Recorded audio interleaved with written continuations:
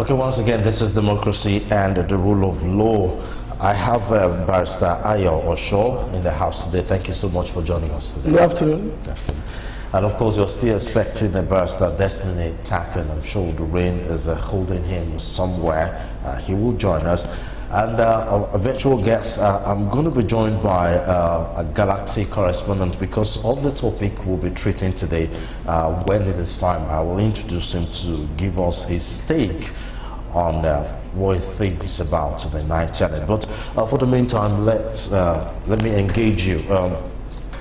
General overview, before we start looking at specifics. What do you think about this current National Assembly? Talking about the Senate and the House of Representatives so far as they celebrate their second year in office. So far so good. The National Assembly, the Ninth National Assembly, has been, will I call it monolithic, in the sense that it is dominated by members of the same political party. So we've not really heard much about the two houses, challenging any act of President Muhammadu Buhari. And so some people have said that that's good for democracy. But I really don't think so. In the sense that, people have also called the President National Assembly a rubber stamp. Meaning it's just a ceremonial place. In the sense that whatever the president says, they just reply by saying yes. And that's not good enough for any democracy. Because, the principle of separation of powers, I think it was well enunciated by the great French philosopher Montesquieu on the need for checks and balances within the three arms of government in order to avoid any form of dictatorship.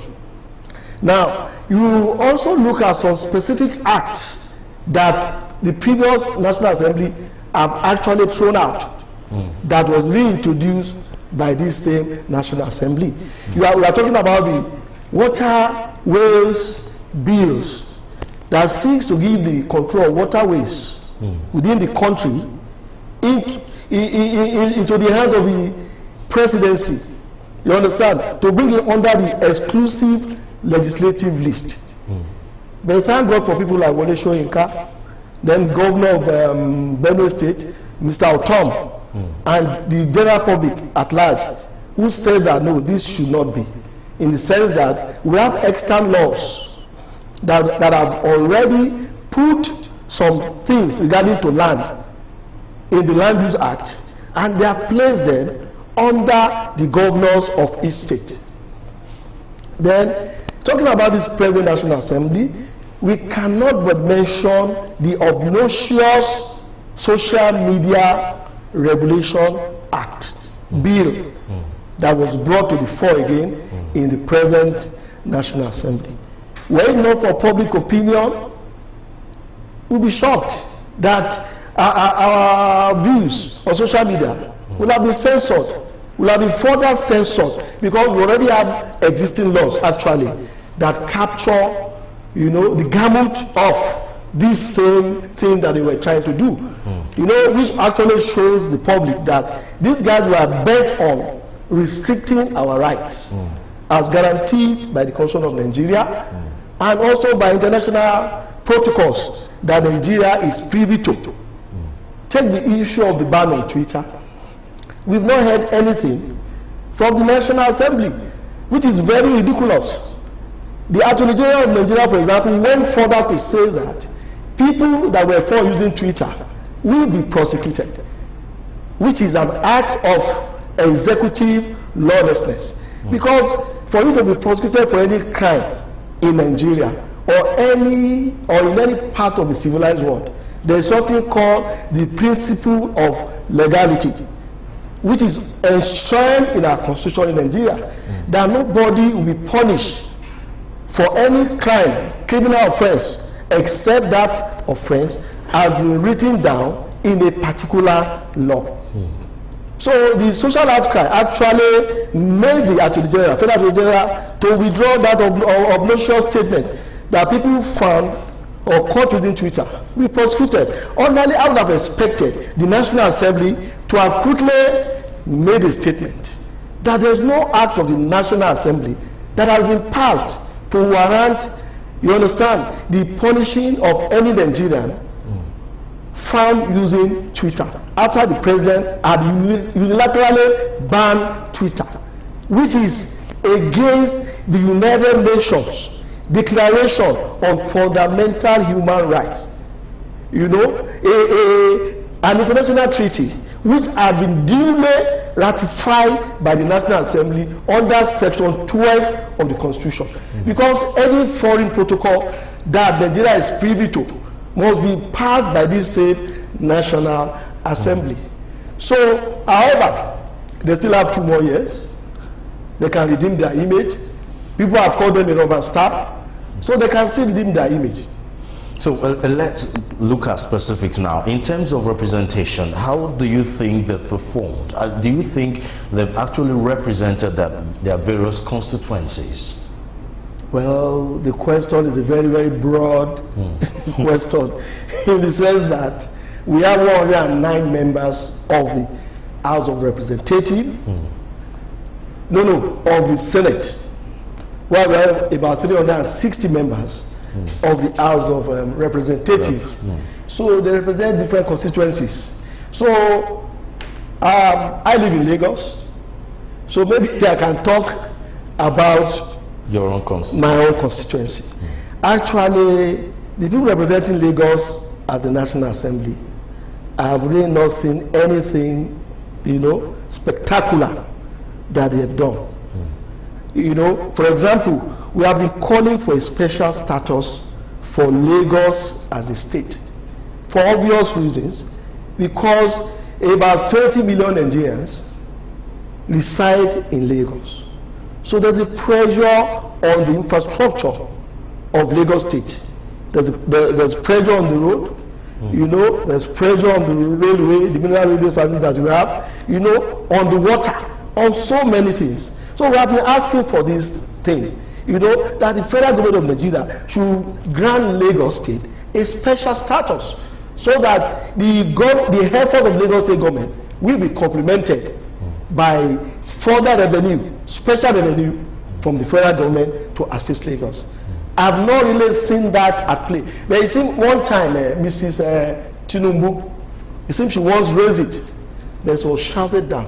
But when you have a situation where all the 3 senators representing Lagos and the members of that assembly, including the speaker himself, who is also a Lagosian, representing Surulere, you understand, if all of them have come together and made it, you understand, a pivotal issue, a very, very serious issue, perhaps, this thing would have been granted. Now, what are the special status are we talking about here?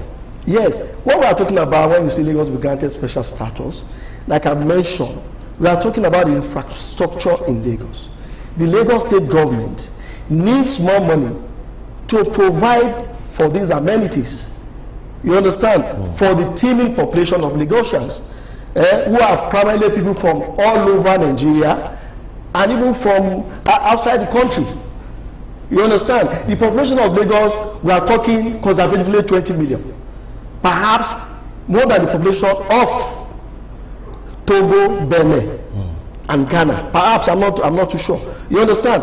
Because look, the number of vehicles in Lagos, there are more than numbers of vehicles in the entire West Africa.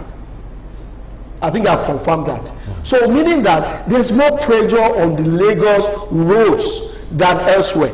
Now we're also talking about the Badagry Express Road. That road is there. People are suffering. And the Badagry Express Road is an international route that needs to be properly and timely completed. Because I recall I was in Ghana about 8 years ago, or 10 years thereabout. That was when this same road was being built in Benin Republic and Togo. Today, they have completed their own aspect of this road. I'm always saddened when I heard the president talking about building roads to the J Republic. while the road in Lagos, the intellectual road in Lagos, has not been completed. So these people should have challenged the president, at least people representing from Lagos, then perhaps also representative from the southwest entirely, or perhaps even better, senators and members of rep from the south, because they are all represented, their people are represented in Lagos. People from every state you have in the southwest, in the entire southern Nigeria, they live in Lagos. Everybody has a family in Lagos. The ditto, most Nigerians too, you check each person from Akwa Ibom to Zungeru. Everybody has somebody in Lagos. So Lagos deserves a special status. You understand? And we know that if the president assists to it, the appropriate place, because every fund that's coming out from professional account must be appropriated for by the National Assembly. So if that status is granted, so the resources will be made available by the National Assembly. You understand? So, in terms of representation, they use your constituents as a point of reference and case in point, yes. That it's not exactly being as it should be. Now, let's talk about policy formulation. How do you think they've fared in terms of bills and policy? Now, the Senate said the Senate President said the Senate has so far passed a total of 58 bills out of 742 bills introduced. Do you think that is good enough? And what kind of bills are we talking about here? It's the duty of the National Assembly to pass bills. Now, when we do this particular bill that have passed, where did they come from? Were they from the members of the National Assembly? Were they private bills from individuals within the country? You understand? Sincerely, I don't know the entirety of the bills that have been passed. I don't really know the content. You understand? But what I know is that if those bills actually touch our lives, people must have heard about those bills. You understand? Because if virtually everybody heard about the social media bill, you understand? Everybody virtually heard about the waterways bill. So if these two bills that have been passed into law affects us, certainly we would have been aware of them. So, but actually, not all bills, you understand, actually touches the generality of people. You understand? There are so many institutions in Nigeria, agencies and etc. There are many bodies. You understand? You know, so those bills perhaps affect those people. But I don't think most of those bills have actually made any serious impact on the generality of Nigerians. You understand? So that's why I was so particular about the social media bill that people came out to resist. The waterways bill, you understand that people also came out to resist. You understand? So for me, what should be on the front burner for the National Assembly, for me personally, is the issue of amendment to the Constitution. Because you know they are moving around, but the time given at this fora, people have said it's too small, and I agree with people that that time is too small for people to come and make contributions to the amendment to the Constitution. The amendment of the Constitution, it's a very complicated, process. I mean, for the time frame that they have. Yes, the time was too small. Too small. Yes, that time given those fora in each state, the time was too small, because you recall that in Lagos, the time allotted for the Southwest led to a confrontation between Senator Tinubu and a particular Lagosian, a lady who came there, and she was trying to find her way in, and I think the senator called her a thug or something like that. You understand? Because people should have been given enough time to ventilate their views on a very crucial thing as the Constitution.